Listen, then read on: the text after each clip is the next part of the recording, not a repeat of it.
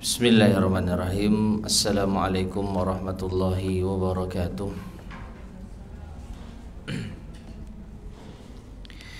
Innal hamdalillah nahmaduhu wa nasta'inuhu wa nastaghfiruh wa na'udzu billahi min shururi anfusina wa min sayyiati a'malina. Man yahdihillah fala mudilla lahu wa man yudlil fala hadiya lahu. Wa asyhadu an la ilaha illallah wahdahu la syarika lahu. Wa asyhadu anna Muhammadan abduhu wa rasuluh. Allahumma salli wa sallim wa barik ala nabiyyina Muhammadin wa ala alihi wa ashabihi wa man tabi'ahum bi ihsanin ila yaumiddin, amma ba'd. Ma'asyiral muslimin, para ummahat sekalian rahimani wa rahimakumullah, melanjutkan kembali kajian kita membahas kitab Tafsir As-Sa'di yang dikenal dengan judul Taysirul Karimir Rahman fi Tafsiri Kalamil Mannan, yang disusun oleh Syekh Abdurrahman Ibn Nasir As-Sa'di rahimahullahu ta'ala.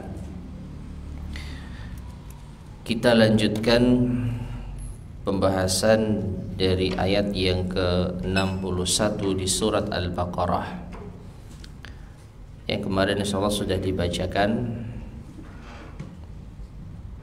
yaitu Allah Subhanahu wa ta'ala berfirman, wa idh qultum ya Musa lan nasbiru ala ta'amin wahidin fad'u lana rabbaka yukhrij lana mimma tunbitul ardu min baqliha wa qithaiha wa fumiha wa adasiha wa basaliha qala atastabdiluna alladhi huwa adna billadhi huwa khair ihbitu misran fa inna lakum ma sa'altum wa dhuribat alaihimudh dhillatu wal maskanah wa ba'u bighadabin min Allah dzalika bi annahum kanu yakfuruna bi ayati Allahi wa yaqtuluna an-nabiyyina bighairil haqq dzalika bima 'asaw wa kanu ya'tadun. Dan ingatlah ketika kalian berkata, wahai Musa, kami tidak bisa bersabar atas satu makanan saja, maka mintalah kepada Rabbmu untuk kami agar Ia mengeluarkan bagi kami dari apa-apa yang ditumbuhkan oleh bumi, berupa sayur-sayuran, ketimun, bawang dan kacang adas, demikian pula bawang merahnya. Maka Musa berkata, apakah kalian ingin mengganti yang lebih rendah dari yang lebih baik? Datangilah kota-kota, maka sesungguhnya kalian akan menjumpai apa yang kalian inginkan. Maka ditimpakanlah kepada mereka kenistaan dan kehinaan, dan mereka kembali dengan membawa murka dari Allah. Yang demikian itu dikarenakan mereka telah kufur terhadap ayat-ayat Allah, dan mereka membunuh para nabi tanpa hak. Demikianlah atas apa yang telah mereka berbuat durhaka dan berbuat melampaui batas. Taib, ma'asyar muslimin, ibu-ibu sekalian rahimani wa rahimakumullah, lagi-lagi inilah yang didapatkan oleh kaum Bani Israel setelah mereka durhaka kepada Allah Subhanahu wa ta'ala. Sekarang mari kita baca penjelasan dari Syekh Abdurrahman Ibn Nasir As-Sa'di rahimahullahu ta'ala. Qala al-muallif rahimahullah, ay wadhkuru idh qultum li Musa ala wajhi tamalluli li ni'amillahi wal ihtiqari laha. Jadi wa idh qultum, Dan ingatlah ketika kalian berkata, maksudnya adalah ingatlah wahai Bani Israel, ketika kalian berkata kepada Musa atas dasar rasa bosan terhadap nikmat-nikmat Allah dan meremehkan nikmat-nikmat Allah. Jadi mereka kaum Bani Israel ini ketika berkata kepada Musa, mereka mengeluhkan kondisi mereka, padahal sebelumnya mereka sudah mendapatkan kenikmatan makanan yang istimewa, makanan yang hanya didapatkan oleh mereka saja, yaitu al-manna dan as-salwa, makanan istimewa yang tidak didapatkan kecuali oleh orang-orang khusus, kalangan-kalangan khusus. Nah, mereka bosan sehingga mereka mengeluhkan kepada Nabi Musa alaihissalam, menumpahkan kebosanan mereka sekaligus meremehkan nikmat Allah. Lan nasbiru ala ta'amin wahidin, kami tidak bisa bersabar atas satu makanan saja. Ai jinsun minat ta'am, maksudnya satu jenis makanan. Wa in kana kama taqaddama anwa'an, meskipun sebagaimana yang telah berlalu, sebenarnya ya bukan hanya satu jenis makan, tapi ada beberapa macam-macam, anwa'an, beberapa macam. Lakinnaha la tataghayyar, hanya saja mereka mengeluhkan karena makanan itu tidak berubah, nggak ada variasinya. Yang mana salwa, mana salwa, mana salwa, tiap hari seperti itu. Ya, jadi yang dimaksud ala ta'amin wahidin itu adalah jenis makanan yang tidak pernah berubah, jenis makanan yang nggak ganti-ganti. Nah, fad'u lana rabbak yukhrij lana mimma tumbitul ardu min baqliha, maka mohonlah kepada Tuhanmu wahai Musa untuk kami ini agar ia mengeluarkan untuk kami dari apa-apa yang ditumbuhkan oleh bumi, mim baqliha, berupa sayur-mayur. Ai nabatuha alladhi laysa bisyajarin yaqumu ala saqihi. Baql, ya, mim baqliha itu adalah tumbuhan yang ada di bumi, alladhi laysa bisyajarin, yang tidak memiliki pohon, yaqumu ala saqihi, yang tegak di atas kakinya. Ya, sayuran, ya. Karena kalau manna kemarin itu sempat kita sampaikan di antara pentafsirannya itu ada dari pohon, ya, semacam getahnya gitu ya, tapi bukan getah seperti pohon biasanya, seperti embunnya. Yang jelas kalau al-manna itu di antara pentafsirannya itu didapatkan dari pohon. Nah, mereka ingin yang bukan dari pepohonan, mereka ingin yang tumbuh dari bumi dalam bentuk sayur-mayur. Makanya nanti kita jumpai permintaan mereka itu apa saja. Wa qithaiha wa huwal khiyar, timun. Nah, ini kan timun itu tanaman yang tumbuh tanpa pohon yang tinggi, semacam tanaman rambatan, kan seperti itu ya. Itu qithaiha. Kemudian wa fumiha ay saumi atau sumiha. Apa itu? Bawang putih, ya. Wa fumiha, bawang putih. Wal adas wal basal ma'rufun, demikian pula dengan kacang adas dan juga bawang merah, itu sudah ma'ruf. Yang semuanya ini bahasa kita apa ya, bumbu-bumbu dapur gitu ya, tanaman-tanaman rambat dia tidak tumbuh tegak atas pohon, bukan buah-buahan. Bukan buah-buahan. Tapi itu adalah bumbu-bumbu dapur yang sangat mudah didapatkan. 6. Qala lahu Musa, maka Musa pun berkata kepada mereka, atastabdiluna alladhi huwal adna, apakah kalian hendak menggantikan yang lebih dengan yang lebih rendah? Wa huwal at'imatul mazkurah, yaitu makanan-makanan yang kalian sebut, ya, sayur, timun, bawang, kacang, berambang.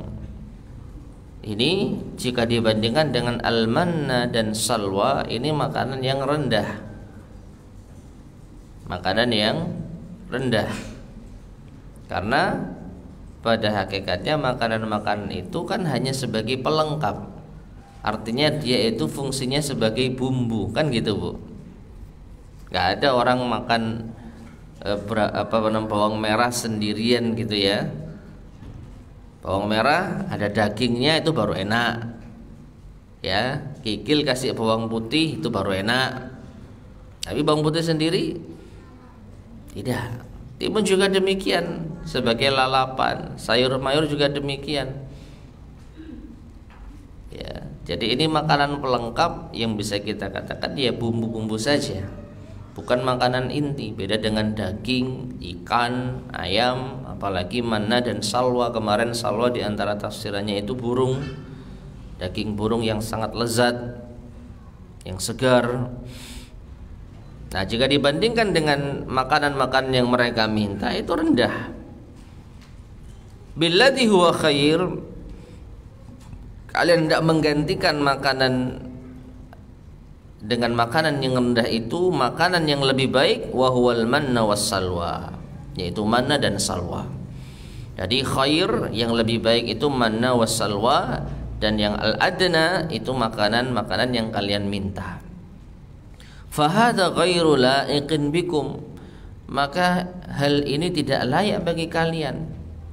Fa inna hadhil at'imata allati talabtum, maka sesungguhnya makanan-makanan yang kalian tuntut ini, ayya misrin habattumu wajadtumuha, di kota manapun kalian datangi, kalian akan menemukannya. Ya, enggak sulit kalau hanya sekedar nyari bumbu-bumbu dapur seperti itu. Enggak perlu minta khusus kepada Allah Subhanahu wa ta'ala melalui Nabi Musa alaihissalam. Kalau cuma bumbu seperti itu, ya bahasa kita tidak perlu repot-repot memohon kepada Allah melalui Nabi Musa alaihissalam. Di kota manapun kalian bisa jumpai. Wa amma ta'amukumul ladzi mannallahu bihi alaikum, adapun makanan kalian yang telah Allah berikan anugerah kepada kalian, fahuwa khairul at'imati wa asyrafuha, maka ia adalah makanan yang terbaik dan yang paling mulia. Kalian sudah dapatkan itu. Fa kaifa tatlubuna bihi badalan, maka bagaimana mungkin kalian menuntut makanan yang lainnya sebagai pengganti yang lebih rendah? Jadi ya ini nggak masuk akal. Sudah dapat barang mewah, pingin barang yang murah. Secara logika ini cacat. Ya, ini bukan tawadhu ya, ini bukan rendah diri, ini bukan dalam momen kita untuk rendah diri, rendah hati. Ya, kalau Allah sudah kasih kita sesuatu yang istimewa, maka yang kita lakukan ya bersyukur, dimanfaatkan sebaik mungkin. Ini yang jadi pelajaran. Kecuali kita tidak memiliki apa-apa lalu kita diberi yang biasa, nah ini kita terima, qanaah.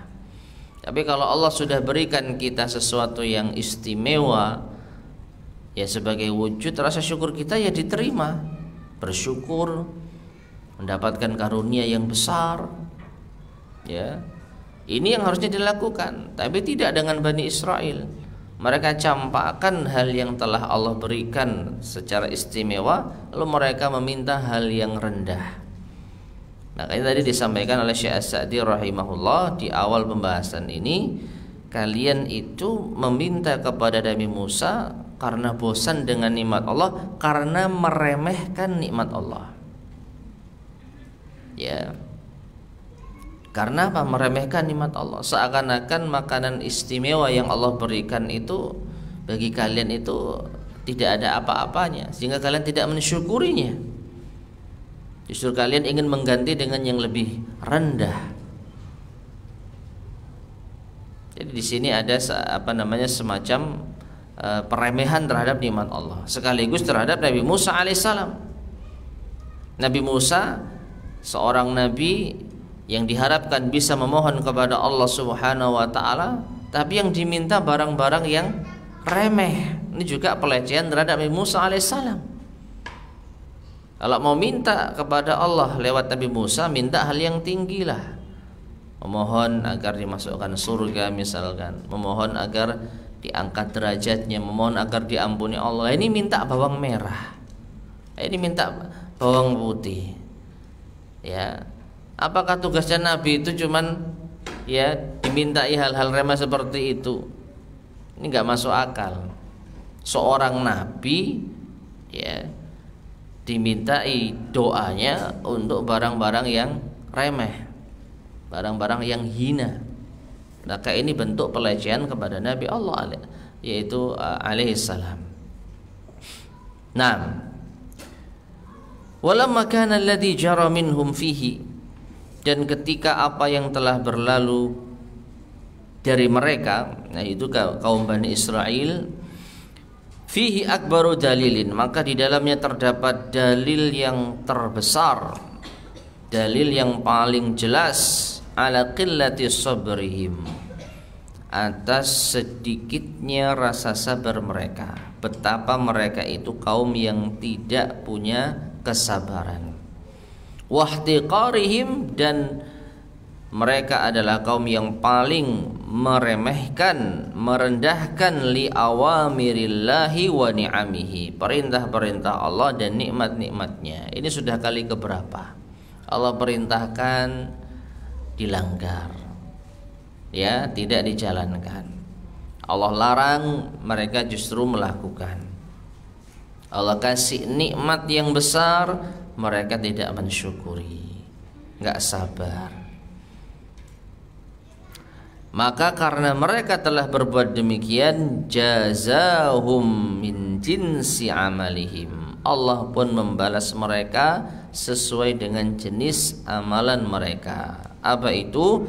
Faqal, maka Allah berfirman, wa dhuribat alaihimudz dhillah, maka ditimpakanlah atas mereka kenistaan, allati tusyahadu ala zahiri abdanihim, yang itu bisa disaksikan pada penampilan badan-badan mereka.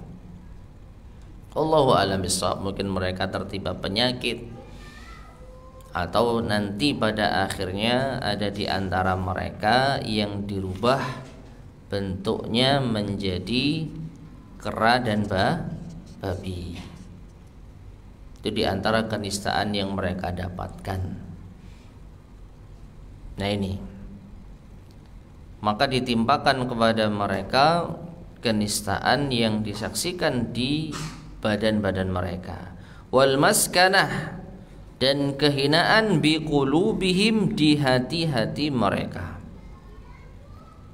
Jadi karena mereka sendiri yang menghendaki barang yang lebih rendah, padahal mereka sudah diberi anugerah barang yang istimewa, maka mereka pun diperlakukan oleh Allah dengan rendah secara fisik maupun hati mereka.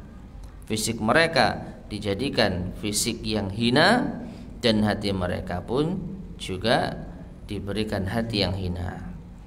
Falam takun anfusuhum azizatan, maka jiwa-jiwa mereka tidaklah menjadi jiwa yang azizah mulia.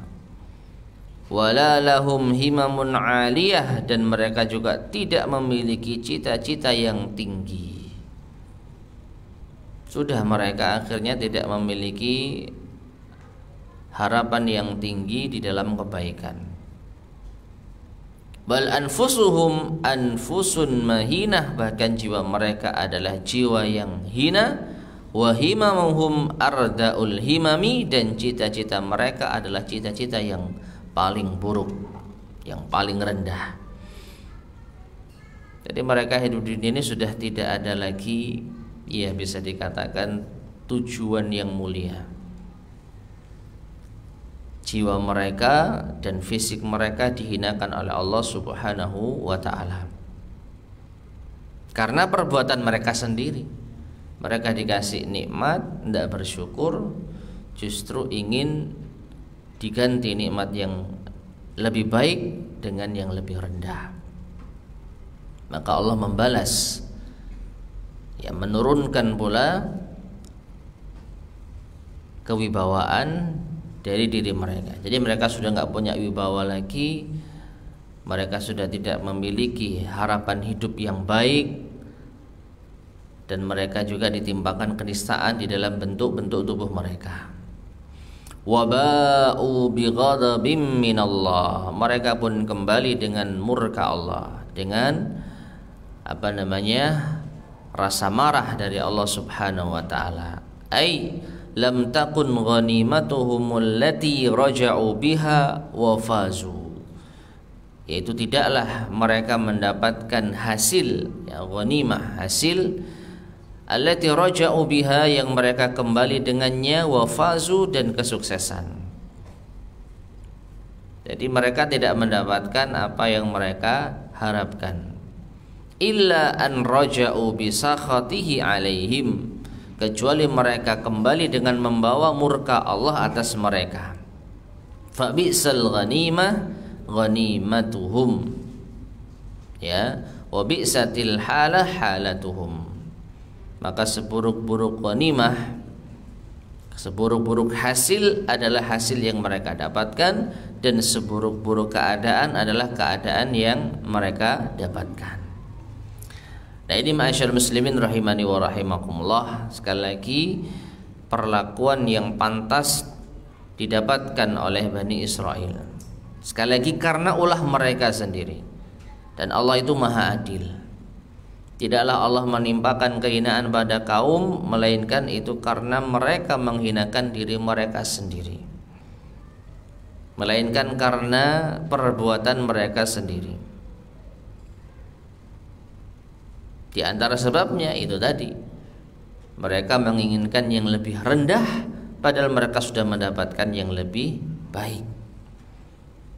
Maka Allah balas, selamanya mereka tidak mendapatkan kemuliaan, baik dari jiwa mereka, hati mereka, maupun tubuh mereka. Hingga sekarang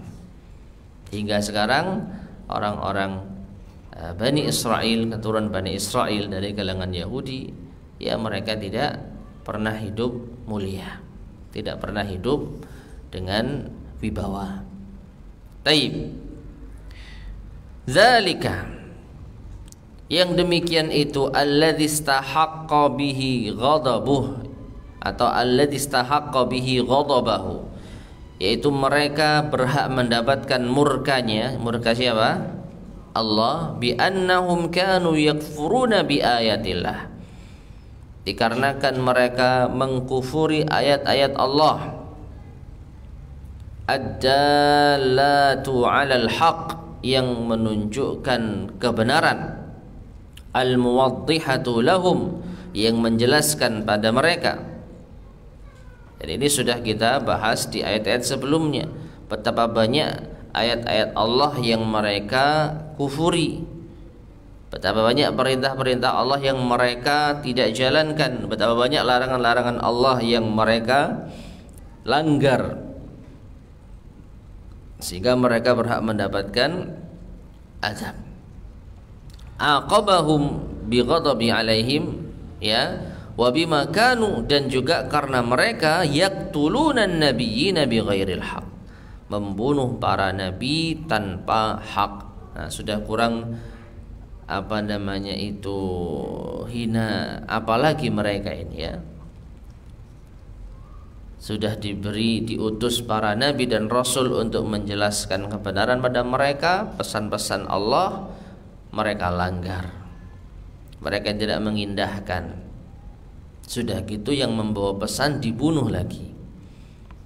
Ya, inilah perbuatan kaum Yahudi yang sangat-sangat tercela. Maka mereka pantas mendapatkan celah dari Allah Subhanahu wa taala. Naam, falamma kafaru biha aqabahum bighadabihi alaihim wa bima kanu yaqtuluna an-nabiyina bighairil haqq. Ya, jadi ketika mereka kafir atau kufur terhadap ayat-ayat Allah, maka Allah pun menghukum mereka bighadabihi, dengan kemurkaan atas mereka, dan karena mereka juga membunuh para nabi tanpa hak.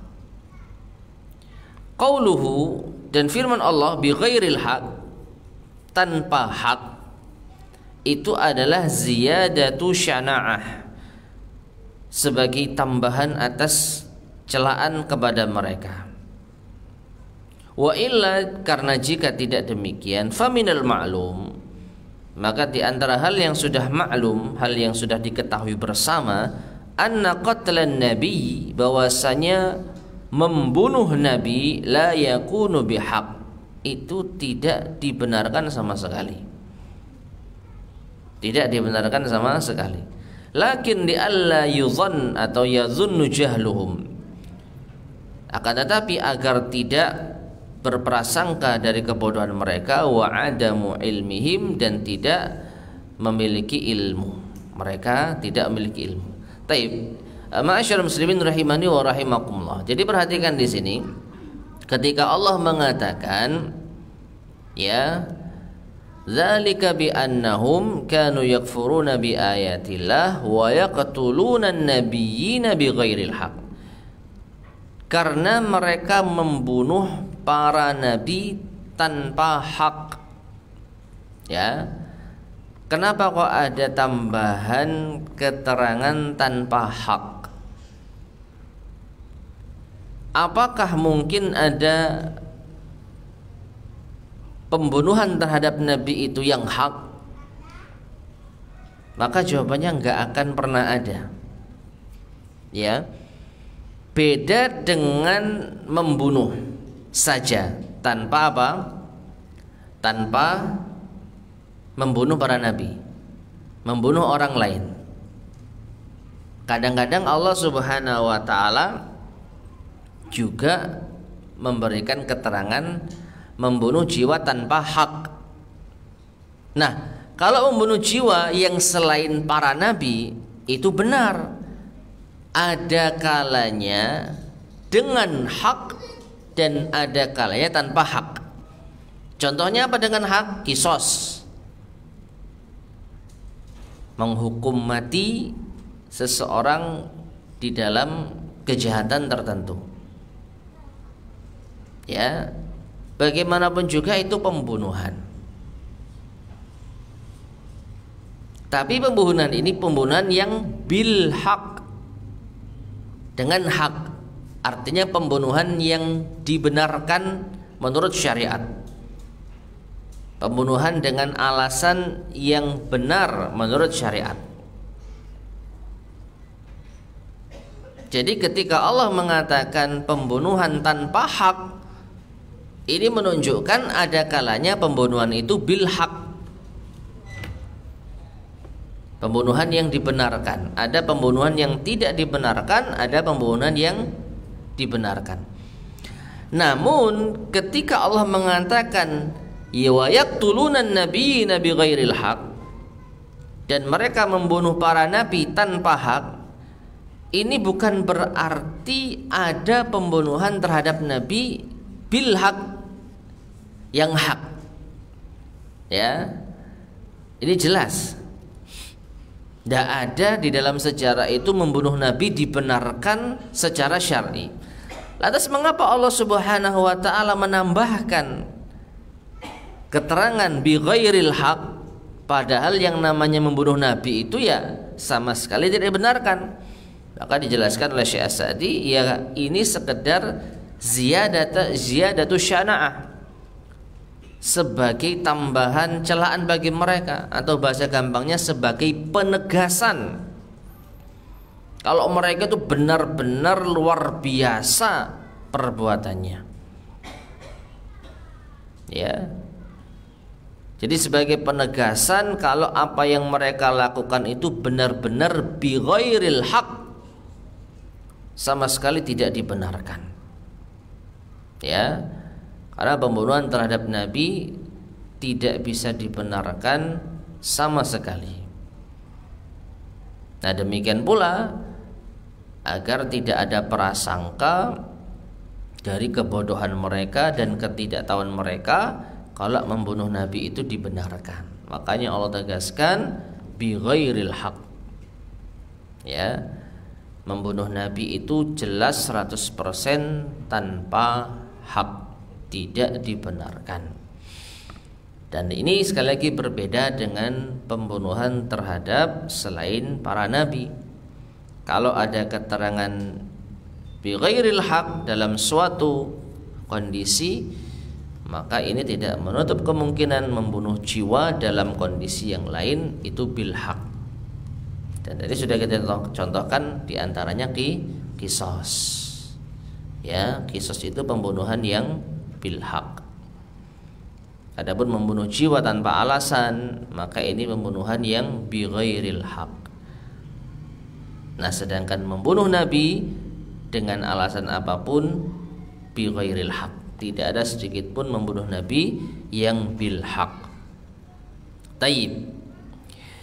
Kemudian dzalika bima asaw, demikian karena mereka telah berbuat asaw, yaitu maksiat durhaka, bi anirtakabu ma'asi Allah, karena mereka telah yaitu melakukan kemaksiatan kepada Allah, wa kanu ya'tadun, dan mereka juga melampaui batas ala ibadillah, terhadap hamba-hamba Allah. Ya, di antaranya para nabi tadi. Membunuh para nabi itu perbuatan melampaui batas.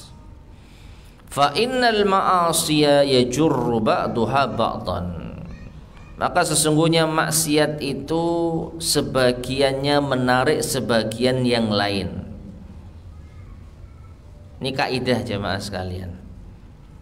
Perbuatan maksiat itu akan menarik kemaksiatan yang lain. Apa artinya menarik?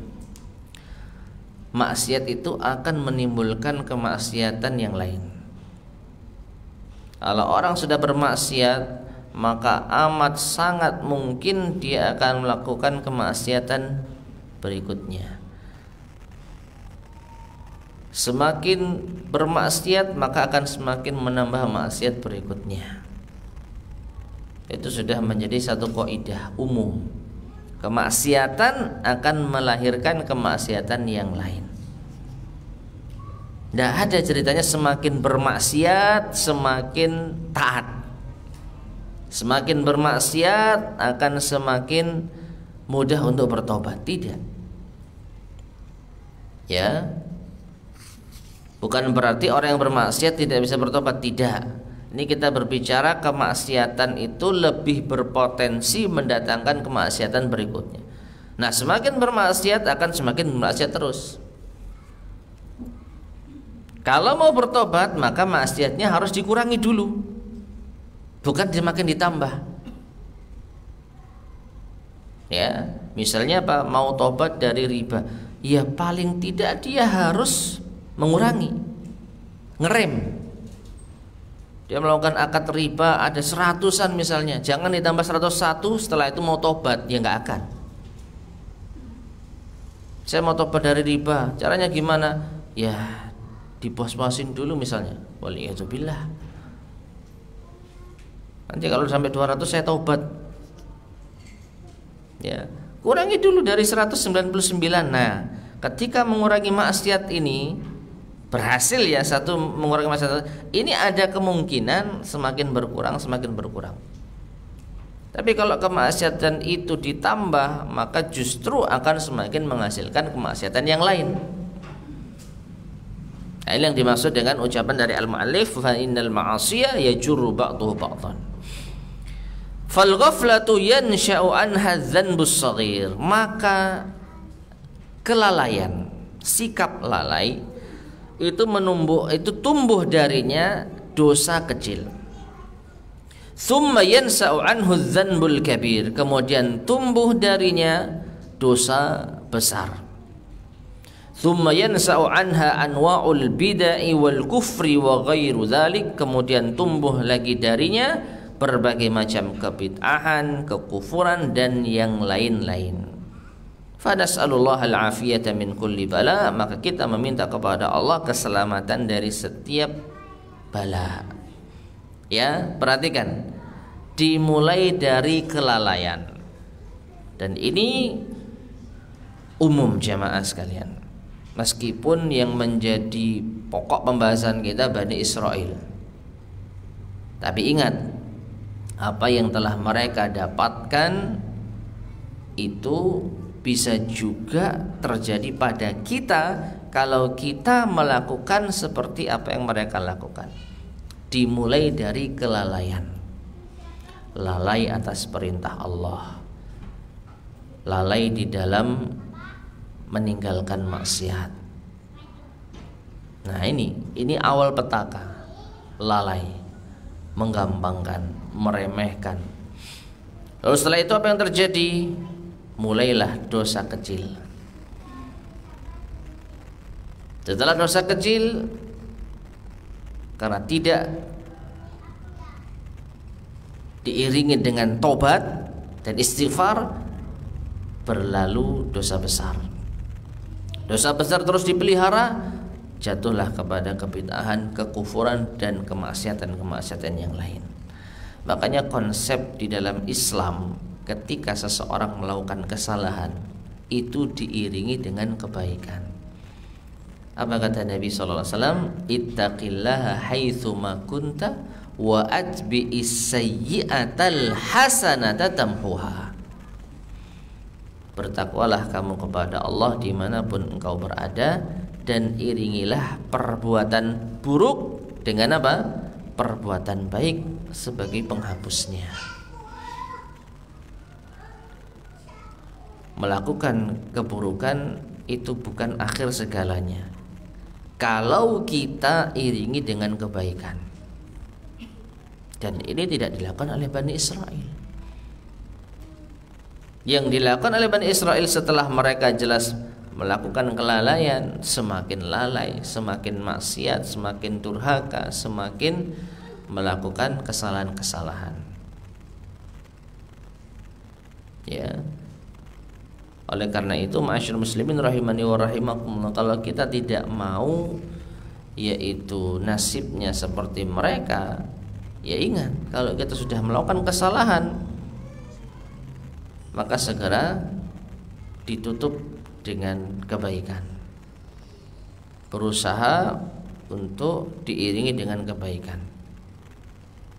Jangan diteruskan dengan keburukan. Karena kalau kita teruskan dengan keburukan, bukan kebaikan yang akan kita dapatkan. Itu hal yang pasti. Ya, jangan sampai ada yang berpikiran seperti tadi, ya saya mau apa istilahnya itu mau apa ya istilahnya, mau puas-puasin dulu lah maksiat ini, nanti pada kalinya tobat. Ya, ini hal yang tidak sesuai dengan konsep Islam. Ya, karena semakin bermaksiat justru akan semakin mendatangkan kemaksiatan yang lain. Dan di dalam Islam, hati itu digambarkan dengan hati yang putih bersih. Lalu ketika ada noda hitam satu saja, maka ini akan berpotensi ada noda-noda yang lain, yang kita kenal dengan istilah apa? Rona. Mungkin kata rona diambil dari ayat ini ya, ron. Nah, setelah hitam itu semakin besar, semakin banyak, hati yang awalnya putih bersih jadi hitam legam. Gimana cara bersihkannya? Ya bagian hitamnya dikurangi sedikit demi sedikit, bukan justru ditambah. Nah, itulah kalau kita mau berhenti dari maksiat, kalau kita mau benar-benar kembali kepada Allah, ya jangan kita tambahin noda hitam. Jadi nggak ada istilahnya kita puas-puasin dulu bermaksiat lalu setelah itu kita bertobat. Nggak ada ceritanya. Itulah yang terjadi pada Bani Israel. Ketika mereka semakin bermaksiat, semakin bermaksiat dan tidak akan pernah selesai. Dan diakhiri dengan apa? Ditutupnya hati-hati mereka. Sudah dikunci mati sama Allah Subhanahu wa taala. Nah, apakah kita akan mengalami nasib demikian kalau kita tidak menutup atau tidak mengiringi keburukan dengan kebaikan? Ya sangat mungkin. Seperti tadi misalnya, sudah tahu dosa riba, tapi dia berharap ya kita selesaikan dulu lah, kita mumpung masih muda lah, nanti kalau kita sudah tua baru tobat gitu misalkan. Dipuas-puasin ribanya. Apa nggak mungkin nanti terjadi akhirnya menghalalkan riba, mencari-cari pembenaran tentang riba, dipikir-pikir barangkali riba ini ada benarnya ya. Waliyadzubillah. Harus sudah tahu dia. Beda dengan orang yang nggak tahu. Orang yang tidak tahu haramnya riba, semoga suatu titik dia akan tahu haramnya riba. Nah, setelah itu bagaimana responnya? Kalau dia pelan-pelan mengurangi, insya Allah ini jalan kebaikan. Tapi kalau setelah dia tahu, dia beralasan ya dituntaskan dululah, diselesaikan dululah, sehingga dia masih melakukan riba dengan anggapan nanti ada pada suatu titik bakalan berhenti total. Ya, kalau seperti ini keadaannya, maka bisa kita prediksikan ya justru dia akan terus-menerus berbuat maksiat. Bahkan mungkin sampai pada suatu titik akhirnya menganggap riba itu tidak lagi haram. Padahal dia sudah dapat hidayah tuh. Dia tahu haramnya riba jelas. Tapi setelah itu dia tidak mengiringi dengan kebaikan. Menunda taubat misalnya. Ya, dengan harapan nanti ada waktunya saya benar-benar taubat. Maka itu angan-angan yang yang kosong jemaah. Justru kalau Anda benar-benar bertobat, paling tidak kurangi, paling tidak minimalisir, dengan senantiasa beristighfar kepada Allah Subhanahu wa taala. Jangan pernah menganggap remeh maksiat dengan banyak angan-angan. Ya, sekarang umur saya 39, nantilah umur 40 baru tinggalkan riba. Kalau sudah ada anggapan sedemikian, bahaya. Ini kita berbicara orang yang sudah faham tentang keharaman riba. Tapi kalau orang yang belum dapat hidayah, ya nggak bisa kita memastikan demikian. Taib. Kemudian perhatikan di sini. Wa'lam, kata Syekh, ketahuilah annal khitaba fi hadhil ayat, bahwasanya pembicaraan pada ayat-ayat ini li ummati Bani Israel, itu untuk umat Bani Israel alladzina kanu mawjudina waqta nuzulil Quran, yang mereka itu ada ketika diturunkannya Al-Quran. Perhatikan ya, ini hal yang perlu kita cermati dengan seksama. Allah Subhanahu wa taala ketika menurunkan ayat ini turun di mana Ibu sekalian?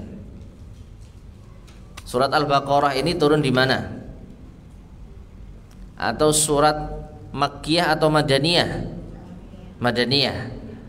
Setelah hijrahnya Nabi SAW di kota Madinah. Dan saat itu kaum Bani Israel yang ada siapa? Orang-orang ya Yahudi, ya enggak? Orang-orang Yahudi di kota Madinah, ada enggak? Saat itu ada enggak? Ada. Tiga suku besar yang pernah kita sampaikan, Bani Qainuqa, Bani Nadhir, dan Bani Quraidah. Ya. Jadi Nabi SAW ini pernah kita sampaikan, ketika tiba di kota Madinah itu sudah ada tiga suku besar Yahudi, dan masing-masing suku punya pemukiman dengan benteng-benteng yang kokoh. Nah, ayat ini perhatikan, ditujukan untuk mereka.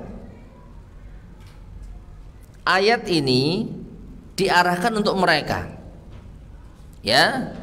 Wa hadhil af'alul madhkuratu, dan sedangkan perbuatan-perbuatan yang disebutkan di ayat ini khutibu biha, itu diarahkan kepada mereka, wahya fi'lu aslafihim, meskipun itu perbuatan nenek moyang mereka.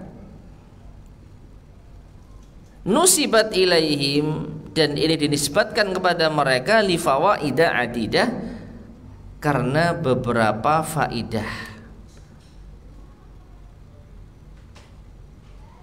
Jadi begini, Bu, perbuatan nenek moyang mereka itu disinggung di dalam Al-Quran, lalu diarahkan kepada anak keturunan mereka ketika ayat itu turun. Sekali lagi, manna dan salwa didapatkan oleh siapa? Pendahulu mereka, bukan Yahudi Madinah. Ketika nanti juga akan disebutkan tentang apa? Mereka diperintah untuk menyembelih sapi betina. Itu apakah Yahudi Madinah yang diperintah? Apakah Yahudi Madinah yang diperintah untuk menyembelih sapi? Bukan. Ketika mereka dilarang untuk mencari ikan di hari apa? Sabtu, apakah yang dimaksud penduduk Madinah, Yahudi penduduk Madinah? Bukan. Itu semua pendahulu-pendahulu mereka, nenek moyangnya Yahudi Madinah.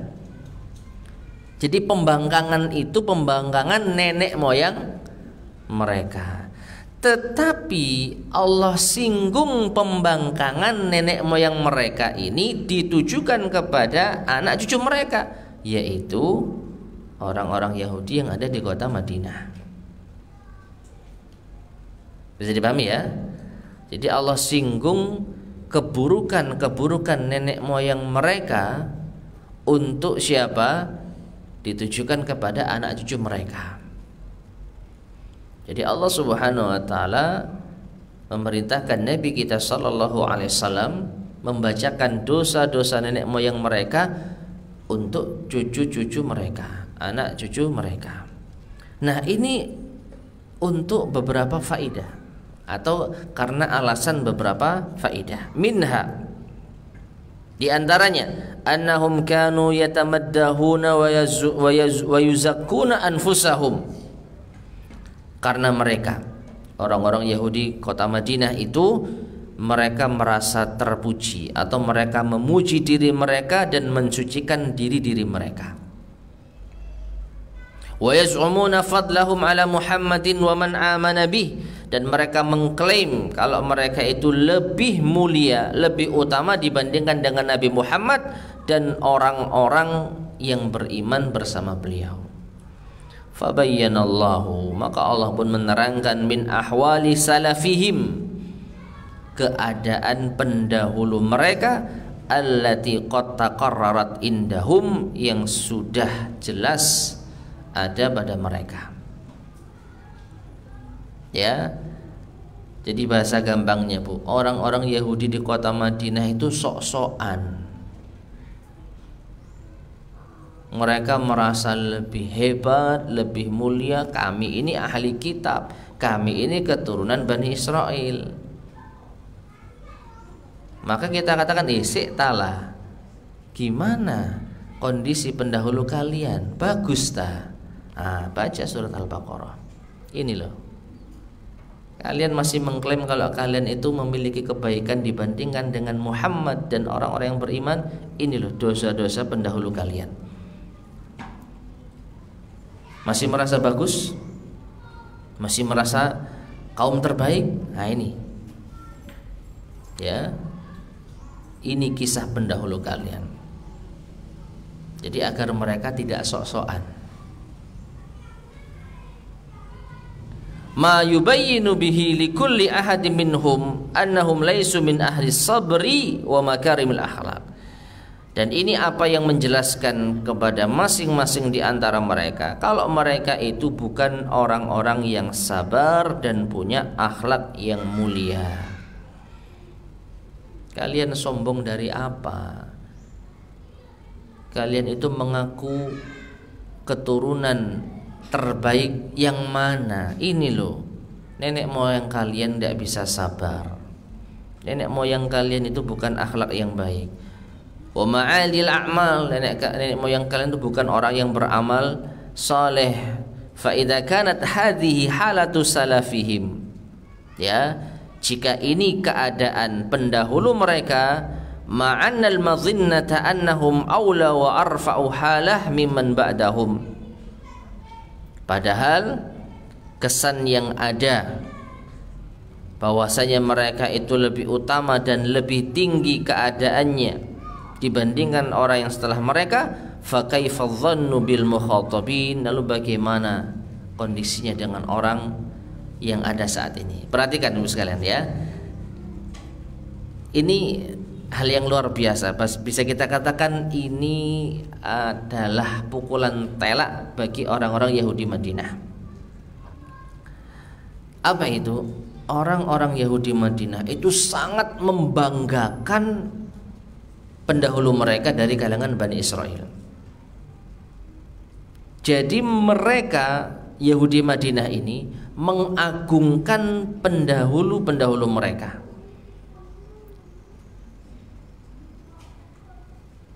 Jadi mereka menyadari kalau kondisi mereka ini tidak ada apa-apanya dibandingkan dengan pendahulu mereka. Ibaratnya pendahulu mereka itu bintang 5 sedangkan mereka bintang 1. Sehingga mereka agung-agungkan. Kita ini anak keturunan umat terbaik. Kita ini anak keturunan umat bintang 5. Ya, kita bintang 1. Kalian umat Islam tidak punya bintang atau bahkan minus. Ini gambarannya seperti itu. Maka Allah bukakan, ini loh kondisi nenek moyang kalian. Ternyata nilai merah semua. Nah, kalau pendahulu mereka saja yang mereka anggap bintang 5 ternyata nilainya merah semua, lalu bagaimana dengan anak keturunannya? Kira-kira apa bu nilainya? Ada nggak yang di bawah merah? Hitam mungkin ya. Nah ini, loh, kalian ngaku nenek moyang kalian itu bintang 5 padahal nilainya merah semua. Lah gimana kaliannya? Yang kalian elu-elukan itu loh ternyata nilainya jelek semua. Nah, terus gimana kalian? Nah, sekali lagi ini agar mereka nggak sok-sokan. Kaum yang merasa nenek moyang mereka itu sekali lagi umat terbaik, kaum terbaik, ternyata Allah balikkan. Tidak sama sekali. Nenek moyang kalian itu telah Allah hinakan dengan sehina-hinanya. Ini rapot mereka. Ketika Allah perintahkan demikian, mereka lalai. Ketika Allah larang, mereka kerjakan. Ketika mereka diberi anugerah, mereka minta yang lebih rendah. Mereka sia-siakan. Nah, kalau seperti ini nenek moyang kalian yang kalian banggakan, terus kalian itu seperti apa? Ini kekalahan telak jelas.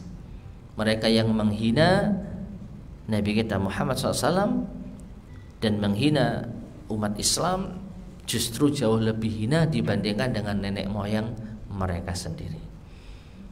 Ya, tidak sabar, tidak punya akhlak, tidak beramal soleh, membunuh Nabi. Nah, ini keadaan nenek moyang kalian yang kalian banggakan. Kalau kalian merasa kalian lebih rendah dibandingkan dengan mereka karena mereka yang kalian agung-agungkan, ya berarti kalian jauh lebih buruk dari mereka. Ya seperti yang kita sampaikan, kalau nenek moyangnya itu nilainya merah semua, maka kalian mungkin nilainya hitam. Ya, Allahul musta'an. Nah, ini faedah pertama ya. Jadi untuk menunjukkan kepada orang-orang Yahudi Madinah kalau nenek moyang mereka itu bukan kaum yang pantas dibanggakan. Wa minha, dan di antara faedahnya, anna nikmatallahi 'alal mutaqaddimina minhum, bahwasanya nikmat Allah yang telah diberikan kepada para pendahulu mereka, nikmatun wasilatun ilal mutaakhirin, adalah nikmat yang bersambung pada generasi setelahnya. Wa ni'matu 'alal aba nikmatun 'alal abna, nikmat bagi pendahulu nenek moyang itu adalah nikmat bagi anak keturunan. Fakhutibu biha, maka mereka pun ditujukan ayat itu pada mereka, li'annaha ni'amun tashmaluhum wa ta'ummuhum, karena nikmat itu mencakup mereka dan umum pada mereka. Maksudnya begini, ma'asyar muslimin rahimani wa rahimakumullah. Kenapa Allah Subhanahu wa taala turunkan surat Al-Baqarah ini dan ditujukan kepada kaum Yahudi Madinah? Karena pendahulu mereka itu sudah dapat nikmat. Kaum Bani Israel, pendahulu mereka itu sudah dapat nikmat. Jadi kenikmatan yang didapatkan oleh nenek moyang mereka ini sebenarnya masih bersambung kepada anak cucu mereka. Jadi pantas kalau Allah ingatkan anak cucunya. Ya, ini hal yang sangat lumrah. Ketika ada kenikmatan yang didapatkan oleh nenek moyang, lalu Allah ingatkan kepada anak cucunya. Ya, mbah-mbah kalian dulu loh sudah dikasih nikmat. Ini sebagai nasihat untuk anak cucu, supaya anak cucu itu sadar kalau mereka itu sudah mendapatkan nikmat dari Allah Subhanahu wa taala. Yang dengan demikian diharapkan mereka akhirnya menyadari kalau mereka harus kembali kepada Allah Subhanahu wa taala. Ya. Jadi diungkapnya apa-apa yang telah terjadi pada nenek moyang mereka, ini tujuannya agar anak cucunya itu kembali kepada Allah Subhanahu wa taala. Nenek moyang kalian itu seperti ini, dikasih nikmat sama Allah, tapi Allah masih bersabar, masih memberikan kesempatan hingga akhirnya mereka benar-benar Allah hinakan. Nah, kalian sekarang ambil pelajaran enggak dari nenek moyang kalian? Nah, kalau mereka menyadarinya, harusnya mereka kembali kepada Allah. Harusnya nih ya. Tapi ternyata yang terjadi justru mereka mengikuti jejak nenek moyang mereka. Sudah diingatkan, sudah didakwahi, sudah diberikan kesempatan. Nabi SAW ketika datang di kota Madinah enggak langsung memerangi mereka. Ya, Nabi SAW justru membuat perjanjian damai antara orang-orang Yahudi Madinah dengan kaum muslimin. Jadi kurang apa istilahnya? Kurang toleransi apa Nabi SAW dengan orang-orang Yahudi kala itu? Tapi justru diri mereka sendiri yang melanggar apa yang dikenal dengan Piagam Madinah, perjanjian-perjanjian yang telah ditetapkan antara kaum muslimin dengan orang-orang Yahudi Madinah. Dalam segi akidah lakum dinukum waliyadin, tapi dalam segi muamalah ada perjanjian-perjanjian yang harus dijaga.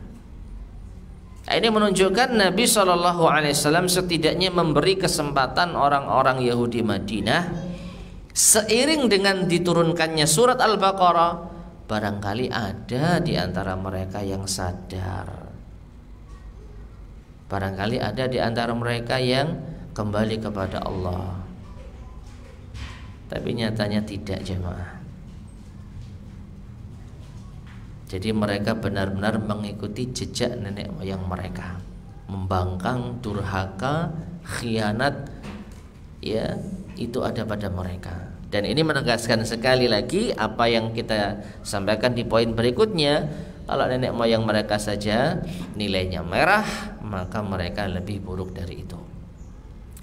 Taib wa minha, dan di antara faedah pula kenapa Allah Subhanahu wa taala arahkan yaitu kejadian-kejadian pada nenek moyang mereka untuk anak cucu mereka, annal khitaba lahum bi af'ali ghairihim, bahwasanya diarahkan ayat ini untuk mereka padahal itu perbuatan orang lain. Perbuatan siapa? Nenek moyang mereka. Mimma yadullu ala annal ummata, ini menunjukkan bahwasanya umat itu al-mujtami'ata, yang bersatu, umat yang menjadi satu kesatuan. Dalam hal ini Yahudi lah, Bani Israel, Yahudi itu satu kesatuan. Ala dinin, itu berada di atas agama, tatakafalu wa tatasa'adu ala masalihiha, maka satu dengan yang lain itu menanggung dan saling membantu untuk kemaslahatan bersama. Hatta ka'anna mutaqaddimahum wa mutaakhirahum, hingga seakan-akan pendahulu mereka dan orang yang datang setelah mereka fi waqtin wahidin, seakan-akan itu berada di waktu yang sama. Wa ka'annal haditha min ba'dihim hadithan minal jami', dan seakan-akan kejadian yang menimpa sebagian mereka itu kejadian yang menimpa keseluruhan mereka.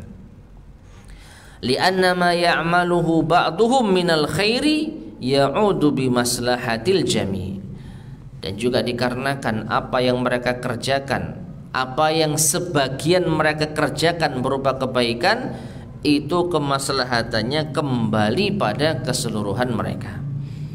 Dan sebaliknya, wa ma ya'maluhu minasyarri, dan apa yang dilakukan oleh sebagian mereka berupa keburukan, ya'udu bidararil jami', ini kembali memadaratkan keseluruhan mereka. Taib, jamaah sekalian rahimani wa rahimakumullah. Jadi maksudnya begini, ya, kenapa kok Allah Subhanahu wa ta'ala menyasarkan ayat ini kepada anak cucu mereka? Ini dosa-dosa nenek moyang mereka, tapi kenapa kok yang ditujukan kepada anak cucu mereka? Bahasa kita kan secara asal anak cucu keturunan tidak menanggung dosa nenek moyang, kan begitu, Bu? Ya kan? Harusnya apa yang dilakukan oleh nenek moyang ini nggak ada kaitannya dengan kehidupan anak cucu mereka setelahnya. Tapi mengapa Allah Subhanahu wa ta'ala menyinggung dosa nenek moyang sebagai nasihat bagi anak cucu? Maka secara singkat dari apa yang telah kita bacakan, ini menunjukkan bahwasanya mereka itu sebenarnya satu kesatuan. Mereka disatukan dengan satu agama Yahudi, Bani Israel. Sehingga apa yang diperbuat oleh nenek moyang mereka itu akan mempengaruhi kondisi anak cucu mereka. Jadi mereka akan saling menanggung, mereka akan saling membantu, mereka akan saling melengkapi. Dalam artian, kalau sekiranya anak cucu mereka ini ternyata misalkan ya bertaubat, masuk Islam, kembali kepada Allah, maka ini akan memulihkan nama baik nenek moyang mereka. Kalau, sekali lagi ini kalau, karena disebutkan oleh Syekh di sini apa? Kebaikan yang dilakukan oleh sebagian mereka ini akan berdampak positif untuk semuanya. Bahasa gampangnya Bu ya, dalam satu RT kalau ada satu orang yang memiliki kebaikan, maka dampaknya ini akan apa? Berpengaruh pada satu RT. Demikian pula sebaliknya, kalau satu RT ini ada yang berbuat keburukan, maka dampak buruknya juga menimpa seluruh warga RT tersebut. Ya, makanya Allah sebutkan dosa-dosa nenek moyang mereka ditujukan kepada anak cucu mereka. Karena mereka umat yang satu, umat yang saling menanggung apa yang telah dialami oleh nenek moyang mereka.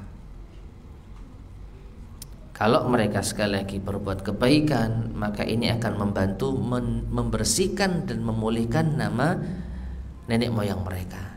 Tapi sebaliknya, kalau mereka lanjutkan tradisi kedurhakaan, kalau mereka lanjutkan tradisi keburukan nenek moyang mereka, ya sudah, inilah yang terjadi.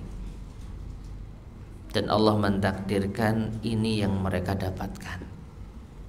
Jadi sudah apa? Klop antara nenek moyang dan anak keturunan, itu mereka benar-benar kaum yang durhaka. Sekali lagi Allah kasih kesempatan. Allah tidak langsung membumi hanguskan orang-orang Yahudi di kota Madinah, menunjukkan Allah betapa sabarnya terhadap perbuatan anak cucu Bani Israel. Ya, pelanggaran-pelanggaran nenek moyang mereka yang sudah sedemikian rupa, Allah masih kasih kehidupan kepada anak cucunya.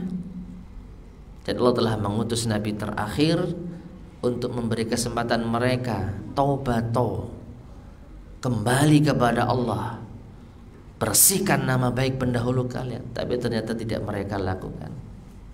Akhirnya mereka mengikuti jejak nenek moyang mereka, kehinaan yang mereka dapatkan.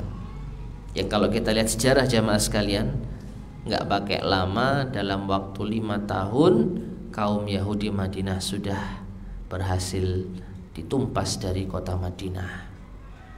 Padahal sebelumnya, wallahu a'lam bishawab, ya, mereka itu tinggal ratusan tahun di kota Madinah.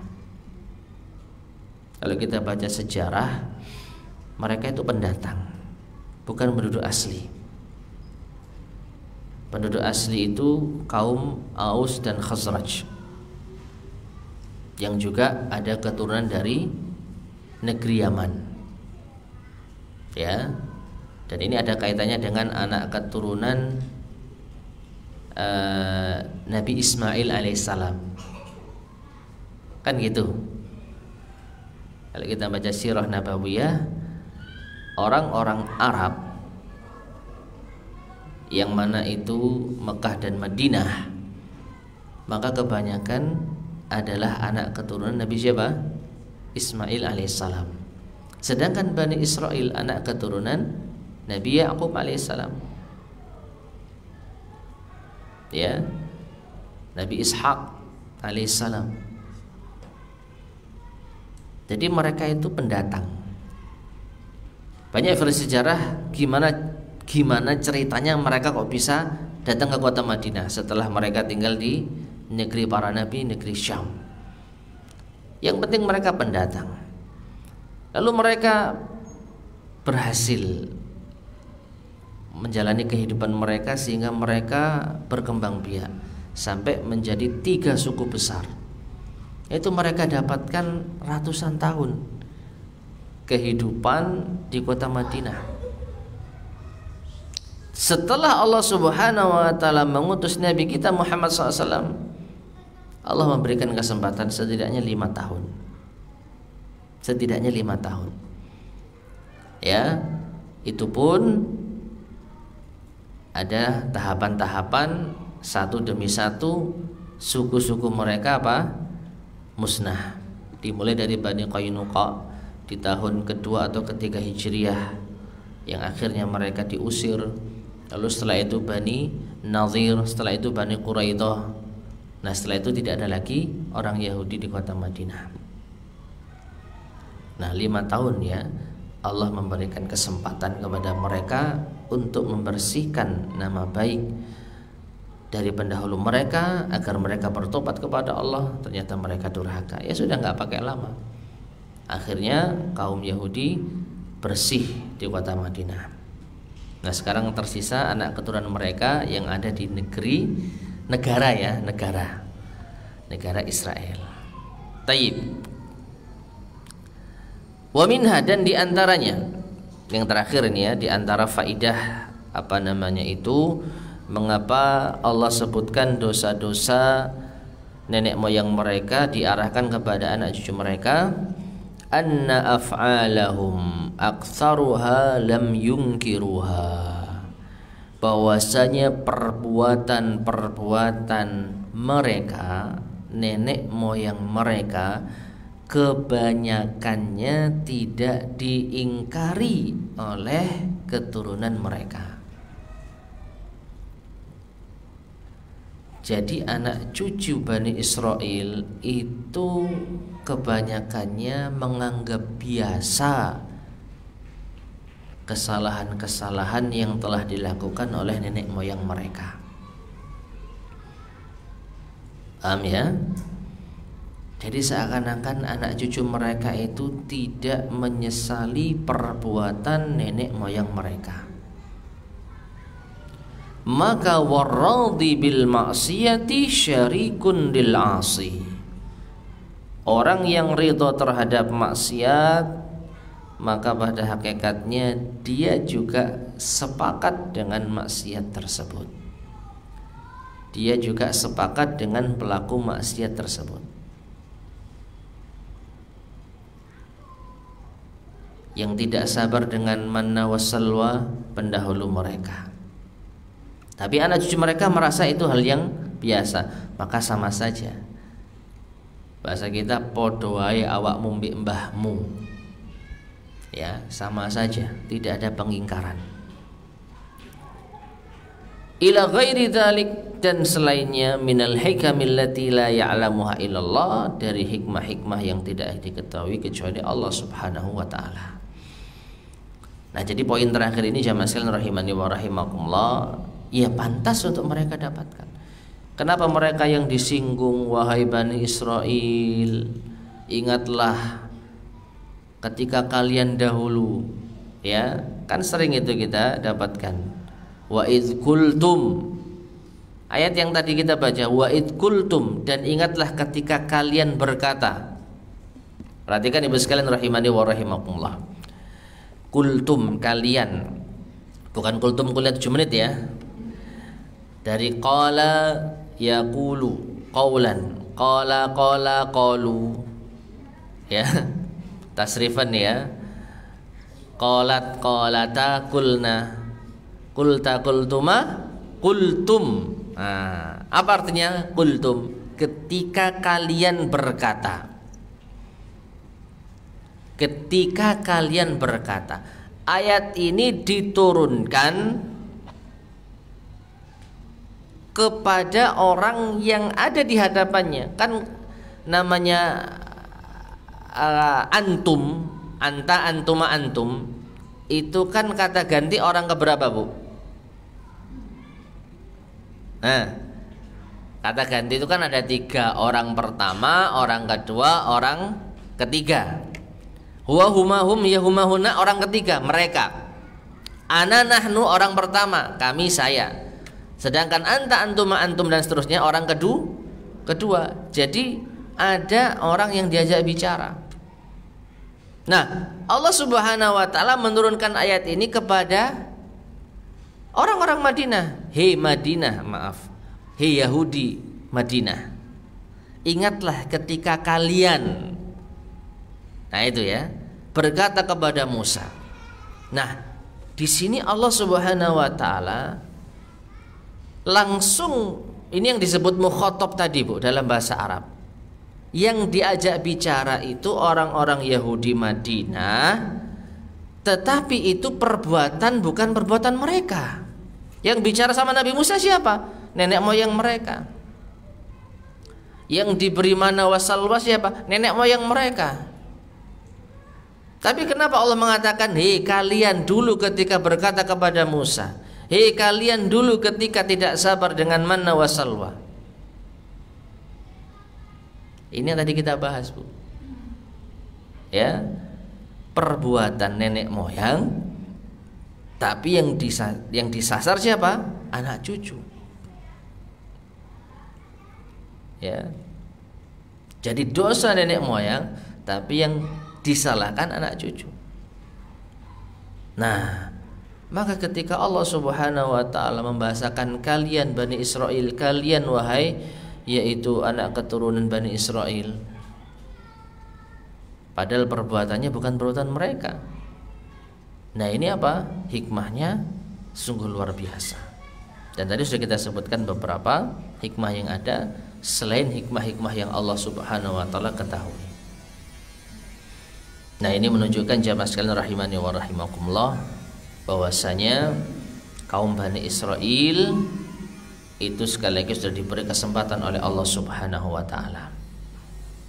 Dengan Allah sadarkan mereka, ingatlah ketika kalian, ingatlah ketika kami berkata, ingatlah ketika dahulu demikian dan demikian, agar mereka sadar.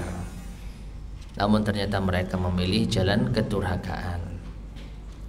Wallahu ta'ala alam bissawab. Taib, ini masuk ayat berikutnya ya, ayat yang ke-62. Taib, kita bacakan dulu ayatnya, nanti kita sambung dengan pentafsirannya pada kesempatan berikutnya. Silakan.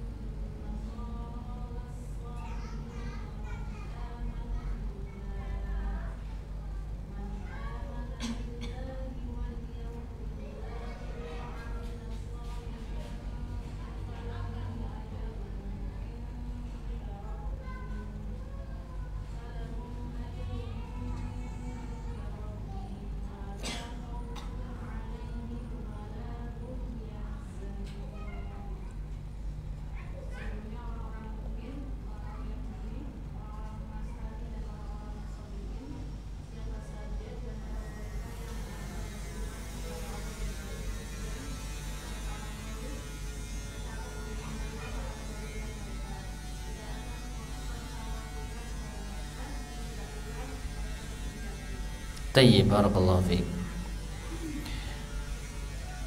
Kemudian berkata Syekh Sa'di rahimahullah, summa qala ta'ala haqiman bainal firaq. Kemudian Allah Ta'ala berfirman untuk menghakimi di antara al-firaq, kelompok-kelompok al-kitabiyah, ahli kitab. Innal ladzina amanu, sesungguhnya orang-orang yang beriman, walladzina hadu, dan orang-orang Yahudi, wan nasara, dan orang-orang Nasara, wassabiina, dan orang-orang sabiin, man amana billahi wal yaumil akhir, siapapun yang beriman kepada Allah dan hari akhir, wa amila salihan, dan beramal saleh, falahum ajruhum inda rabbihim, maka mereka mendapatkan pahala dari Tuhan mereka. Wala khaufun alaihim walahum yahzanun, dan mereka tidak ada rasa kekhawatiran dan tidak pula bersedih hati. Taib, ma'asyar muslimin rahimani wa rahimakumullah, sungguh ini diantara kemukjizatan Al-Quran ya. Kalau kita lihat dari susunan ayat-ayat yang ada, secara singkat sebelum kita bacakan, tafsirnya pada kesempatan berikutnya insyaallah. Jadi ini kan rentetan kejahatan orang-orang Yahudi, Bani Israel, ya kan? Kedurakan mereka panjang Allah sebutkan. Lalu Allah menutup dengan ayat yang sangat indah. Ibaratnya ini closingan yang sangat indah. Apa itu? Allah Subhanahu wa taala tidak menganggap hina orang-orang Yahudi, orang-orang ahli kitab, orang-orang Nasara secara zatnya. Bukan karena Yahudinya, bukan karena Nasaranya, tapi mereka mendapatkan kehinaan itu karena mereka nggak beriman. Makanya Allah katakan apa? Sesungguhnya orang-orang yang beriman, siapapun mereka, mau Yahudi, mau Nasara, mau Sabiin, asalkan mereka beriman kepada Allah dan akhir dan beramal saleh, mereka dapat ganjaran, mereka dapat pahala, mereka tidak perlu khawatir dan tidak perlu bersedih. Nah, setidaknya ini menjadi penghibur bagi anak keturunan Yahudi yang mungkin ada saat ini, kalau mereka masih bisa dapat keselamatan kalau mereka mau beriman. Allah nggak bermasalahkan kalian anak keturunan siapa. Meskipun nenek moyang kalian itu durhaka, meskipun nenek moyang kalian itu ahli maksiat, tersesat, tapi kalau kalian mau kembali kepada iman, kalian tetap selamat kok. Ini kurang baik apa Allah Subhanahu wa taala? Ya. Jadi sekali lagi Allah masih beri kesempatan kepada anak keturunan Bani Israel yang ada sampai saat ini, kalau mau kembali ke jalan Allah Subhanahu wa taala. Ya. Allah sudah sebutkan nenek moyang mereka yang paling lama, lalu Allah juga sebutkan sejarah nenek moyang mereka berikutnya, yaitu orang-orang Yahudi yang langsung berhadapan dengan Nabi SAW juga sama nasibnya. Tapi Allah tidak mengakhiri kehidupan mereka sia-sia begitu saja. Ada kesempatan bagi anak cucu Bani Israel, baik dari zaman Nabi Musa maupun anak cucu Yahudi yang pernah berhadapan dengan Nabi SAW, untuk kembali kepada Allah. Maka ini closing statement yang sangat luar biasa. Karena apa? Bisa jadi nih, ada anak keturunan Yahudi yang sudah tahu sejarah nenek moyang mereka. Waduh, mbahku dhisik kayak gini yo. Baik yang di zaman Nabi Musa maupun di zaman siapa? Nabi Muhammad SAW. Aduh, mbahku kayak gini ya. Di zaman Nabi Musa sudah nggak sabar dengan mana salwa, membunuh para nabi. Di zaman Nabi Muhammad juga melakukan pelanggaran perjanjian. Tapi kok ternyata Allah berkata, siapapun yang beriman dari Yahudi, wah, berarti saya ini ada kesempatan. Saya Yahudi misalkan ya, saya keturunan Yahudi, tapi kalau beriman dapat pahala dan tidak pula khawatir, tidak pula bersedih. Nah, berarti masih ada kesempatan. Iya, masih ada kesempatan. Makanya dalam hadis Nabi SAW disebutkan apa? La yasma'u bi ahadun min ahlil kitab Yahudiyun wala Nasraniyun, ya, summa yamutu walam yu'minu billadzi ursiltu bih illa min ashabinar, atau kama qala Nabi SAW. Tidak ada seorang pun yang pernah mendengarkan tentang kenabian dan kerasulanku, baik itu Yahudi maupun Nasrani, lalu dia tidak beriman kepadaku, melainkan ia penghuni neraka. Artinya apa? Kalau ada keturunan Yahudi Nasrani tapi mau beriman kepada Nabi SAW, maka dia akan masuk surga, dijamin. Cuman sekarang Allah hanya menerima satu agama saja, yaitu apa? Islam. Jadi silahkan keturunan Yahudi, keturunan Nasara, kalau mau selamat masuk Islam, selesai. Dan Allah tidak akan menyinggung kalian Yahudi tidak pantas mendapatkan hidayah, kalian Yahudi tidak pantas mendapatkan kebaikan, kalian anak keturunan Nasara tidak pantas dapat ini dan itu. Tidak, Allah kasih kesempatan. Cuman sekarang pintunya cuma satu, Islam. Ya, Kalau kalian mau masuk Islam, mau keturunan anak siapapun, kalian akan selamat. Wallahu taala alam bissawab. Baik, ma'asyar muslimin rahimani wa rahimakumullah, ini mungkin yang bisa kita sampaikan pada kajian di pagi hari ini. Mudah-mudahan bermanfaat, kurang lebihnya saya mohon maaf. Ada yang tanyakan mungkin?